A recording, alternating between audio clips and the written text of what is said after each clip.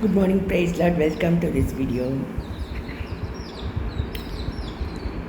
இப்போ நான் பேசுகிறது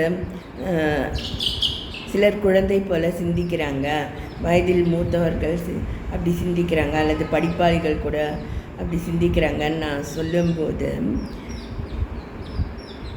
அது உங்களை பிலிட்டில் பண்ணுறதா நீங்கள் நினைக்க வேண்டாம். ஏன்னா நான் முதல்லே இப்படி வளர்ந்த நிலைமைக்கு நான் வந்துடலை.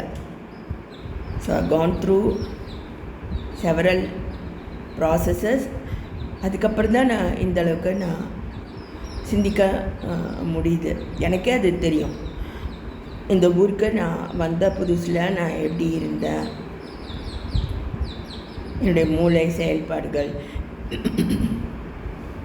என்னுடைய ஃபேக்கல்ட்டிஸ் எப்படி இருந்தது அப்படிங்கிறது எனக்கும் தெரியும், என்னை சுற்றி இருந்தவங்களுக்கும் தெரியும். ஸோ ஸ்லோவாக தான் நான் இந்தளவுக்கு நான் வளர்ந்துருக்கேன். தொடர்ந்த ப்ரேயர், தொடர்ந்த பயிற்சி,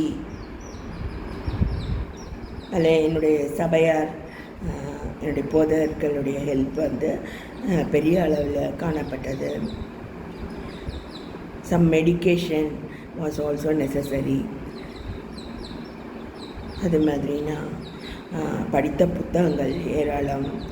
அதுபோல் வேதாமத்தையும் நான் கற்றுக்கொள்கிறவளாக தான் நான் இனிமேல் இருக்கிறேன். ஸோ நான் உங்களை பிலிட்டில் பண்ணுறதா நீங்கள் தயவுசெய்து நினைக்க வேண்டாம்.